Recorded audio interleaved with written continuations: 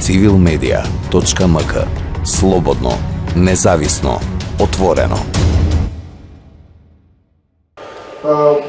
Во однос на студентите конкретно, мислам дека голем предизвик ќе биде законот за младински стандард, со кој се уредува стипендирањето, домувањето, а сега здравието на студентите, култура и забава и така натаму.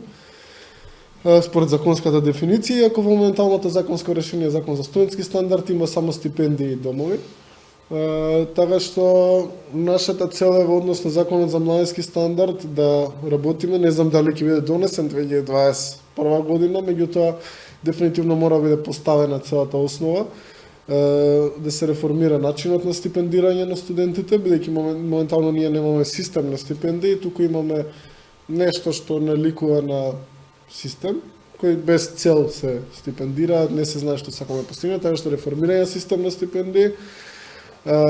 Дефинитивно треба да се работи на студентските домови. Ние бараме евалуација на целата моментална структура на студентските домови и креирање на еден план акциски како ќе се реновираат со конкретни датуми, а не само со пределби ќе направиме ова, ќе направиме тоа. Реформирање во однос на законот за младински стандард, ние бараме еден сосема нов елемент и претходно беше споменато за менталното здравје на младите, така што во тој закон за младински стандард ќе бараме да бидат воспоставени бесплатни служби за психолошко советување на младите во рамки на универзитетите, како посебни единици во рамки на универзитетот кои ќе бидат достапни за тие студенти. Така што, ете тоа решение кое треба да ги регулира понатаму законот за субвенциониран оброк, кој апсолутно мора да започне се спроведува од септември 2021, кај што секој студент ќе има по 120 денари дневно за исхрана.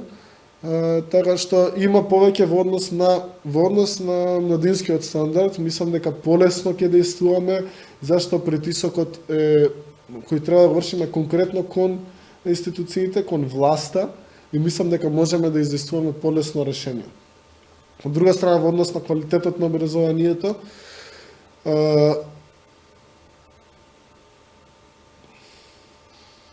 да го заборавам. Моменталниот универзитет не гледам како ќе се развива во однос на квалитетот. Не гледам простор моменталниот универзитет УКИМ да напредува значајно во однос на квалитетот. За жал, година денес сум во студентското представничко тело, ги гледам работите од внатре и не гледам како ќе се поправи. Едноставно работите се до тој степен застојани, го спомна и смерот за односи за новинарски студии, кој стварно јас многу ми е жал зашто така функционираат работите, меѓутоа тоа е на едно катастрофално ниво, меѓутоа општо квалитетот на високото образование во Македонија не гледам како ќе просперира во следните 2, 3, 4 години.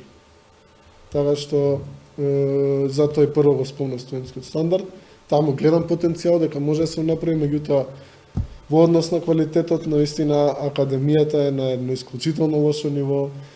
Ректорот мислам тотално нема идеја. И целата, не само ректорот е слика на универзитетот во целина, така што целиот универзитет е на едно такво ниско ниво што не гледам простор за напредок. Затоа и надежта, перспективите ги гледам во студентскиот стандард.